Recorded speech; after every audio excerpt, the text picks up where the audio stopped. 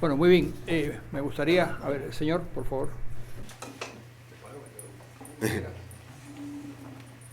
Periodista, buenas tardes. Hola, buenas tardes. Mi nombre es Carlos Ramírez López, soy abogado venezolano. Le quiero preguntar sobre lo siguiente.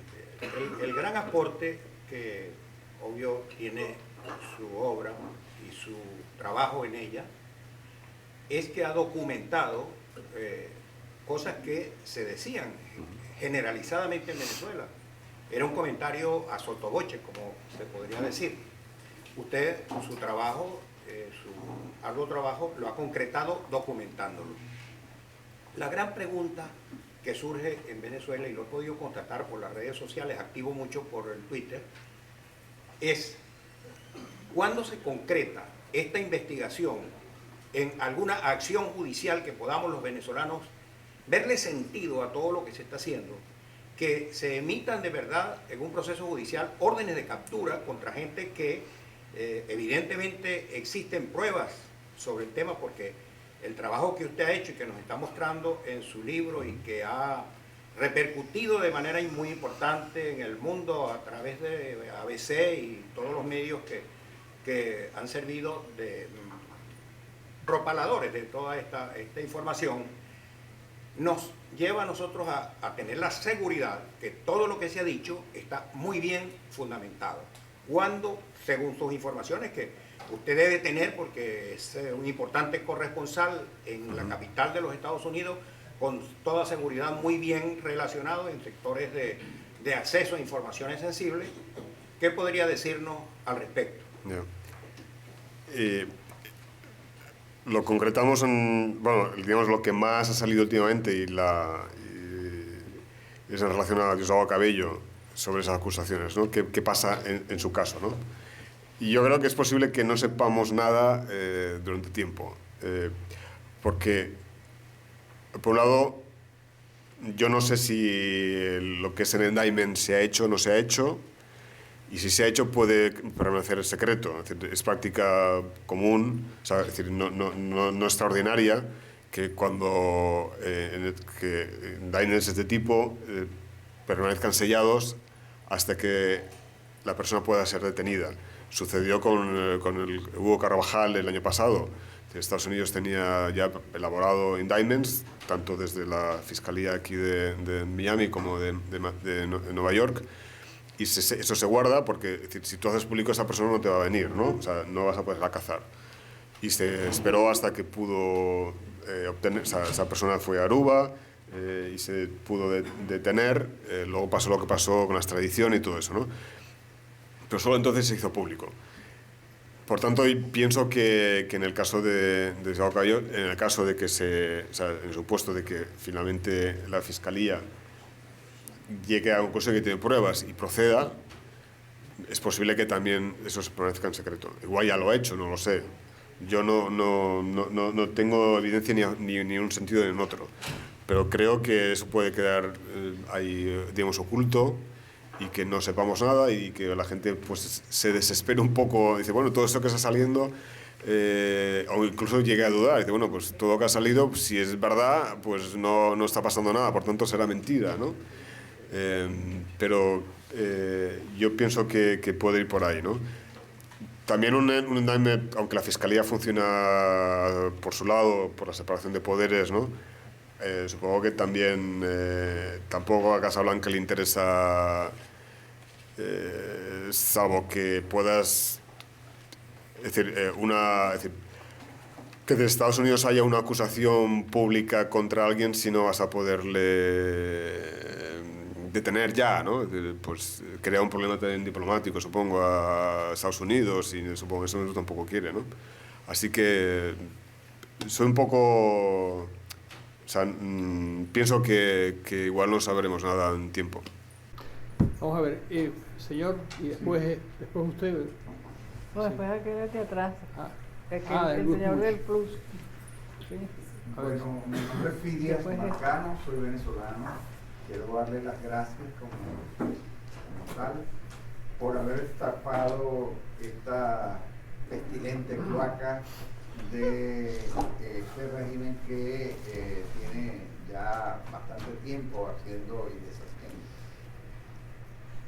me recuerda usted, por su figura, a un venezolano oriundo de España, José Luis Blasco, un fotoreportero venezolano que se atrevió a participar en un combate entre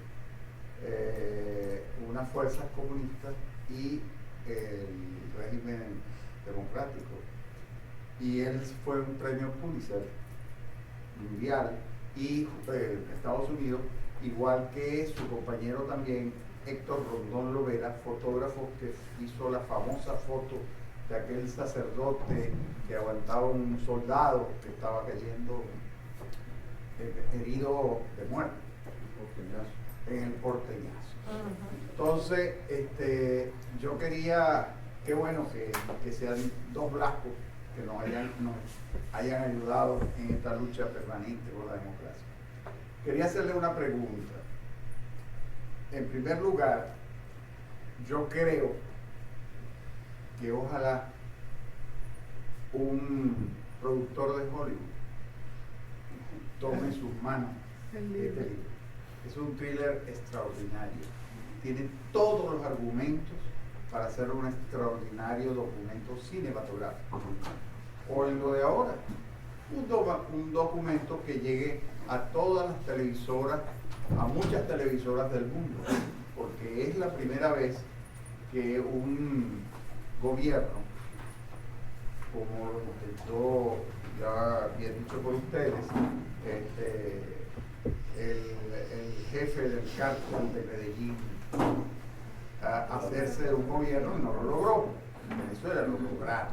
Es la primera vez en el mundo que sucede algo similar. Mira, entonces la pregunta... La pregunta es la siguiente.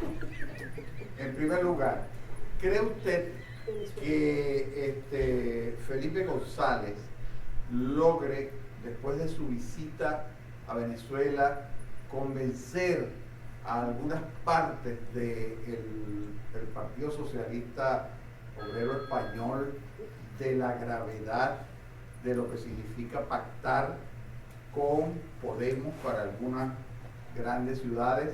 Y luego, acerca de lo que mencionaron de la extraña visita de el señor Cabello y su hermano a Brasil, ¿no tendrá que ver con una intervención policial de varios propietarios de aviones que acaban de decir que ellos transitaban y llevaban drogas a México y a otras partes a través de Venezuela, simplemente en comunicación con lo que se llama el cartel de los soles?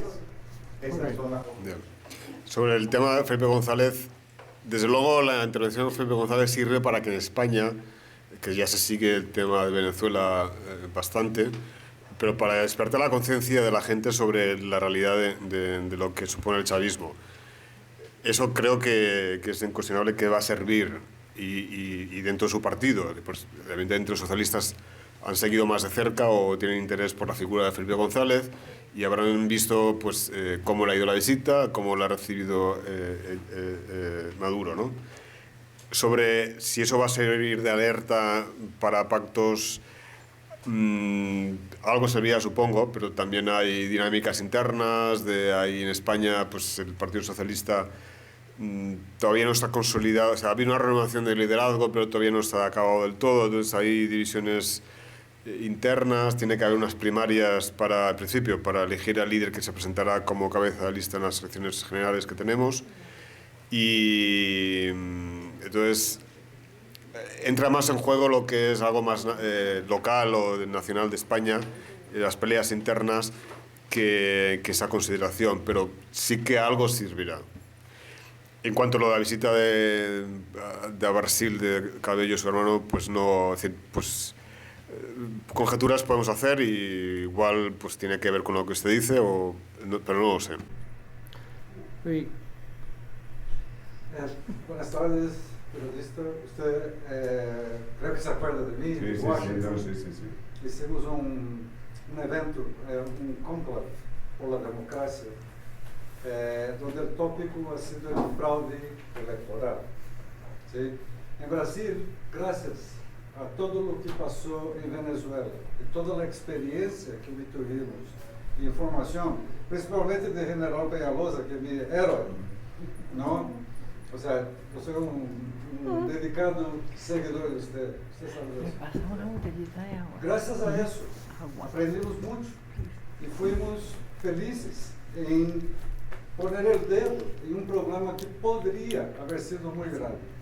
Hoy con nosotros aquí tengo a Beatriz y a Claudia, que son dos abogadas. Nosotros hicimos una serie de acciones en la justicia brasileña que no está 100% tomada como en Venezuela, ¿sí?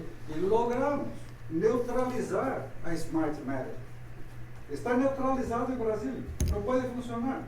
Y logramos eso judicialmente. Entonces me gustaría que usted comentara algo sobre Smartmatic en Venezuela y o que eso puede significar para la democracia de aquí para adelante. Bueno, en el caso de Smartmatic no me he metido a fondo lo que es la empresa. Yo he ido más al procedimiento alrededor de lo que es la votación, el centro electoral. Pero o sea, lo que pasa en Venezuela, es decir,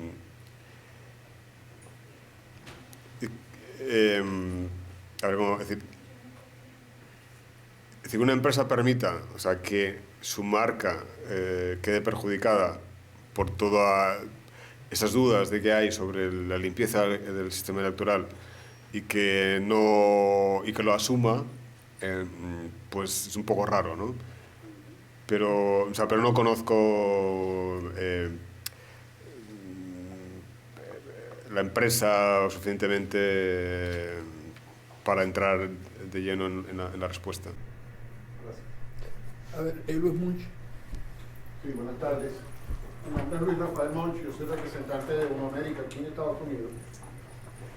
Y mi pregunta va con un cierto doble sentido que le voy a explicar ahora. El libro suyo te acaba de mencionar que está dirigido mayormente a los incrédulos. A mí me parece que el libro tiene una universalidad tremenda debido a la forma como se ha enraizado la situación del narcotráfico, de la corrupción, del tráfico de influencias, todo lo que está pasando en Venezuela, donde se ha minimizado el discurso político, el social y el económico a cero para exaltar estas aberraciones de la raza humana. ¿No considera usted que su libro más bien es un llamado a que las vocerías públicas empiecen a trabajar en función de unificarse, de conformarse y de aportarse la colaboración necesaria para que exista un flujo de información veraz que lleve al público, radioescucha, lectores, etcétera, etcétera, la información más cargada de verdad posible? Bueno, es una labor que todos debemos contribuir, ¿no? Y que hay muchas aportaciones interesantes, ¿no? Bueno, se ha mencionado al general Peñalosa, que ha escrito varios libros, información también valiosa. Es decir, creo que cada vez también poco a poco va apareciendo más información sobre la realidad, porque también hay gente que explica más cosas y más datos. También ese colapso del país hace que sea más evidente el origen viciado que tiene el sistema o el régimen. A mí no me gusta llamar régimen, pero de régimen chavista, ¿no? Sí es un llamado a que se unan esfuerzos y que sobre todo desde otros países de Latinoamérica se empuje al gobierno venezolano a hacer las cosas como se tienen que hacer, ¿no? Si hay elecciones, pues a que esas elecciones tienen unas garantías, ¿no? Entonces, ahí tiene que jugar un papel muy importante, pues Brasil, evidentemente, ¿no? y los demás países de la región. Un último aporte breve. Tenemos que hacer un esfuerzo entonces por publicar su libro en portugués y en inglés. Yo creo que es muy importante. A ver, señor. Buenas noches, mi nombre es César Rojas, de título tengo el ser ciudadano venezolano. Aprecio muchísimo su exposición.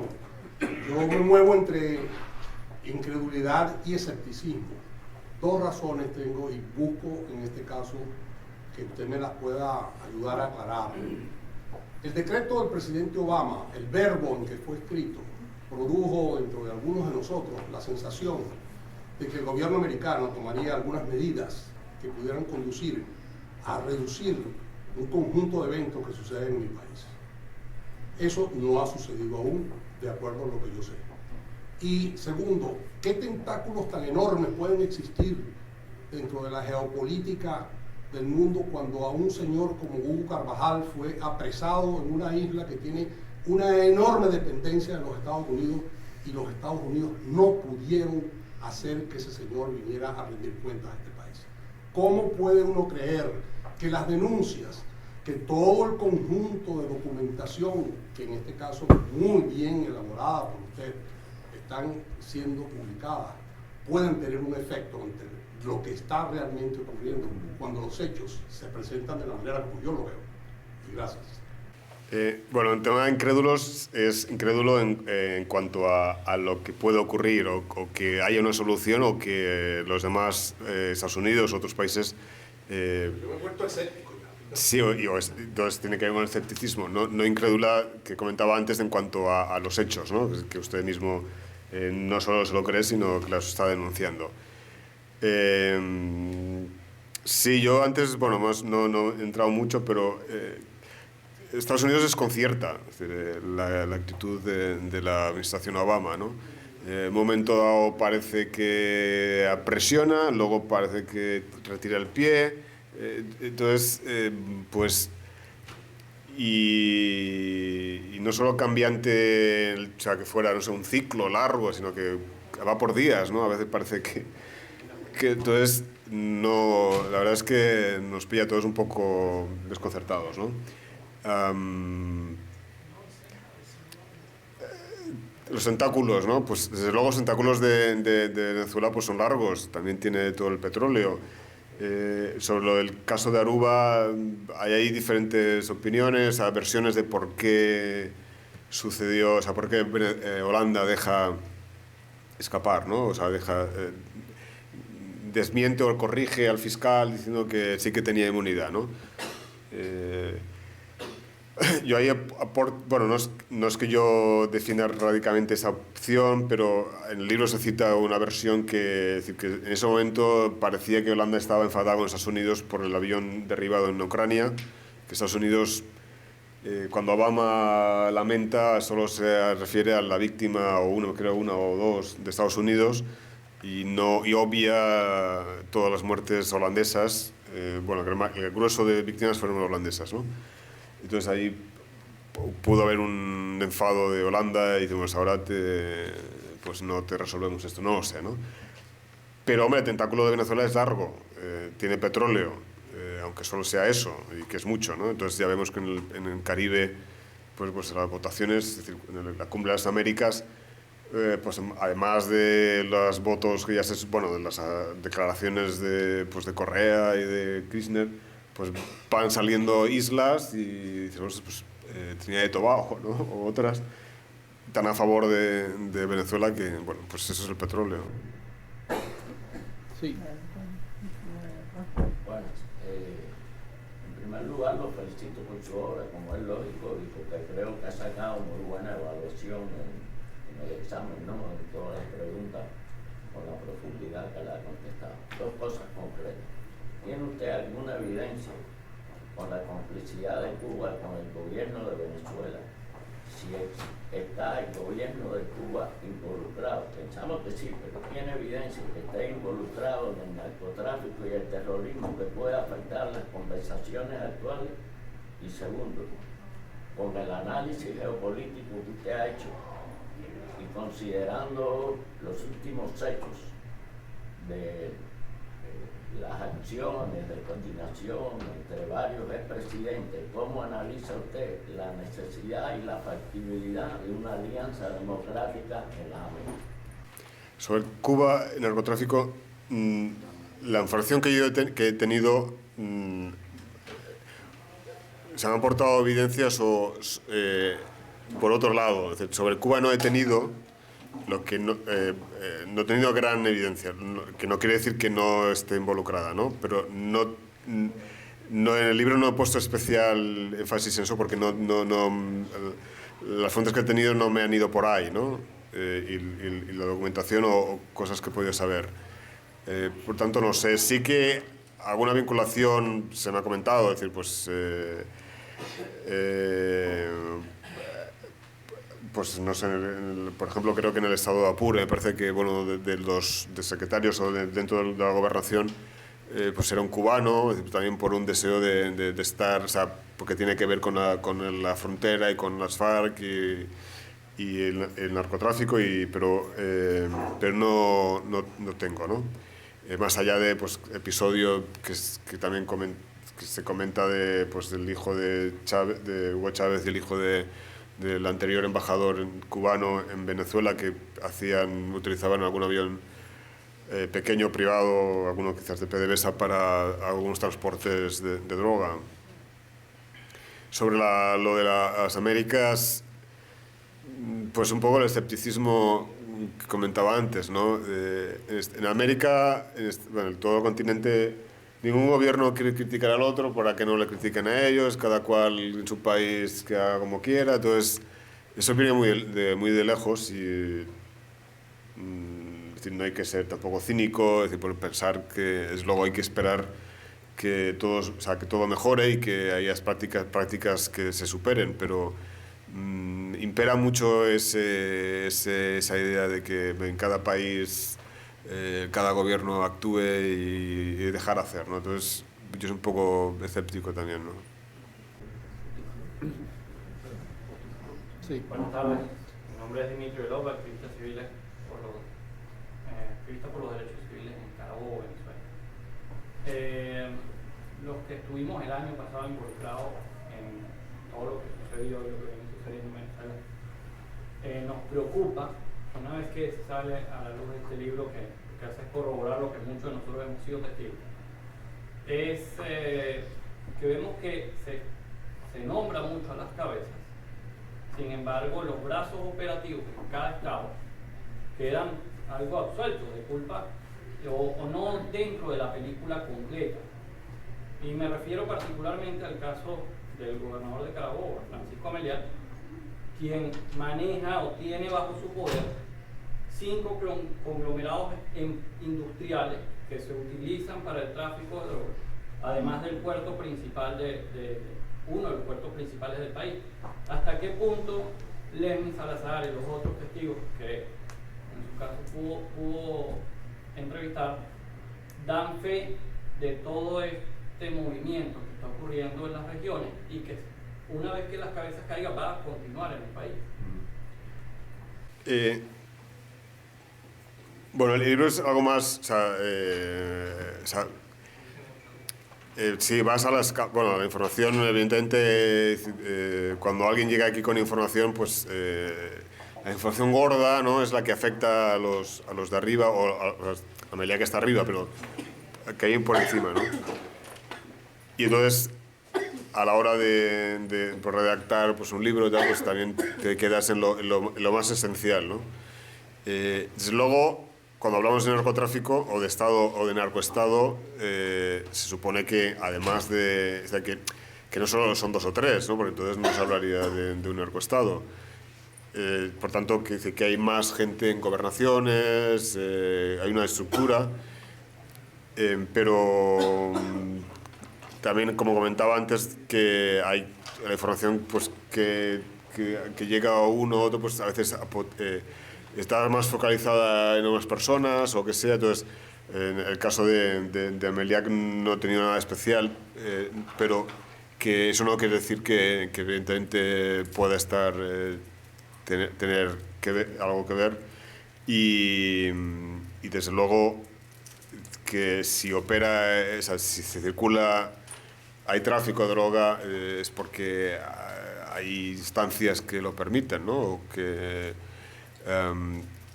alguien comentaba esta mañana que quizás cuando se hable de, o sea, insistir en el cabello como capo y tal, igual es centrarlo mucho en una persona y precisamente se pierde de vista que es una estructura, ¿no? Un entramado.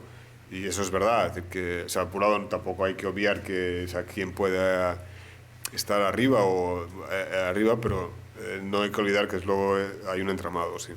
Bueno, vamos, las últimas dos preguntas, el señor y después usted y ya. Con esto. Te quería preguntar, es obvio que nuestra administración de Obama no tiene ningún interés en promover la democracia en Venezuela, pero en 511 días tenemos una elección presidencial y tenemos por lo menos dos candidatos que han expresado interés en la región, que son bastante viables candidatos del lado republicano.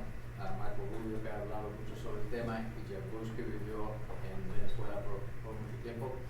Y quería saber, asumiendo que tuviéramos la buena suerte de que uno de ellos fueran elegidos, ¿qué medidas podría tomar el gobierno americano para efectuar cambio en Venezuela sin que llegue al punto de ser resentido una intervención? Ya. Bueno, yo supongo que por un lado lo que se refiere al narcotráfico, importa que eso se pare, difícilmente se para, pero se puede presionar. Pero creo que en el tema más institucional, hay previstas unas elecciones en Venezuela que pueden quedar para enero, y pueden estirar, ¿no? No sé. Pero esas elecciones se pueden utilizar para cambios en algún procedimiento electoral, si se sabe hacer o si se hace bien. Es decir, cuando Estados Unidos también ha insistido, Roberta Jacobson, y en alguna comparecencia en el Congreso de cargos del Tesoro y del Departamento de Estado, la última comparecencia que hicieron insistieron mucho en el tema electoral. Entonces parece que se extiende la idea de que, bueno, que la situación que hay ahora en Venezuela se puede resolver con unas elecciones. Entonces, si Maduro gana, o sea, es decir, si el oficialismo, que son legislativas, ¿no?, para la Asamblea, gana, pues ya se puede calmar un poco la situación, porque se tiene una cierta reconocimiento de que, bueno, entonces, si se lleva a Maduro hacia un rincón diciendo, bueno, pues vale, elecciones son importantes, esas elecciones lo deciden todo, entonces internacionalmente hay ese acuerdo en la importancia de esas elecciones. Al mismo tiempo, luego, una vez que Maduro también acepta que eso es decisivo y tal, al mismo tiempo habría que poner unas condiciones, ¿no? De decir, pues, la oposición ha de elegir cuáles, pero desde luego una debe ser el tema del censo electoral, ¿no? Es decir, que la oposición lo tenga. Es decir, en un país no pasa eso, ¿no? Que no se tiene. Y luego puede pedir otras, no sé, es decir, relativas al proceso electoral, ¿no? Entonces, si no se acepta o Maduro no acepta, queda más como dictadura. Ya sé que en el 2005 ocurrió lo que ocurrió, que la oposición no se presentó, o gran parte de la oposición no se presentó, y que entonces el chavismo pudo controlar, pasar a controlar la judicatura, o sea, el Tribunal Supremo, el Consejo Electoral. Pero bueno, eso ya lo tiene el chavismo, o sea, eso ya no se pierde no yendo a las elecciones. Entonces, y queda más denuncia públicamente, y ante esos estados que habrán presionado Estados Unidos para unas elecciones, hay algo a que cogerte. Es decir, bueno, es que Maduro ha presionado a Maduro para que dé eso, por ejemplo, el tema del censo, ¿no?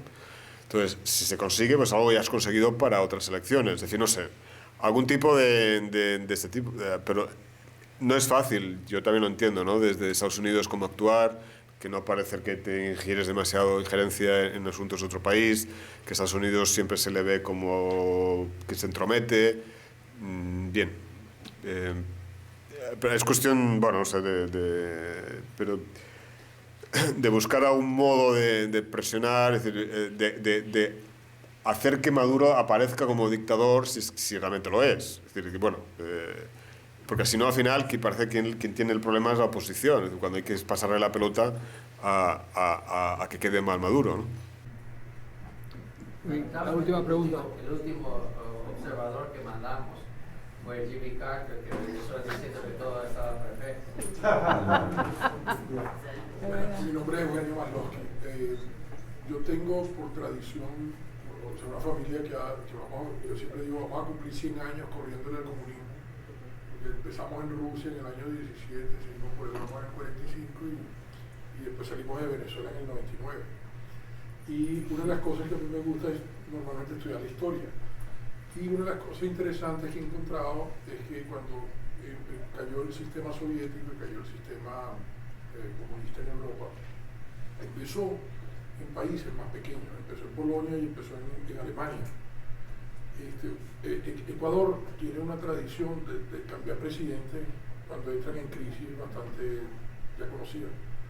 Y Ecuador está en este momento entrando en una situación grave. ¿Usted no cree que en un caso, por ejemplo, de Ecuador puede ser el efecto dominó para el resto del socialismo del siglo XXI? Brasil.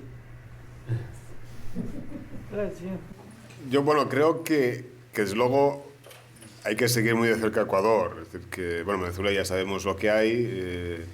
En fin, sorpresas no, al principio no cabe esperar. Puede haber algún problema revueltas, puede haber algún golpe, no sé, pero sabemos lo que hay y cómo funciona el chavismo. Entonces, en Ecuador sí que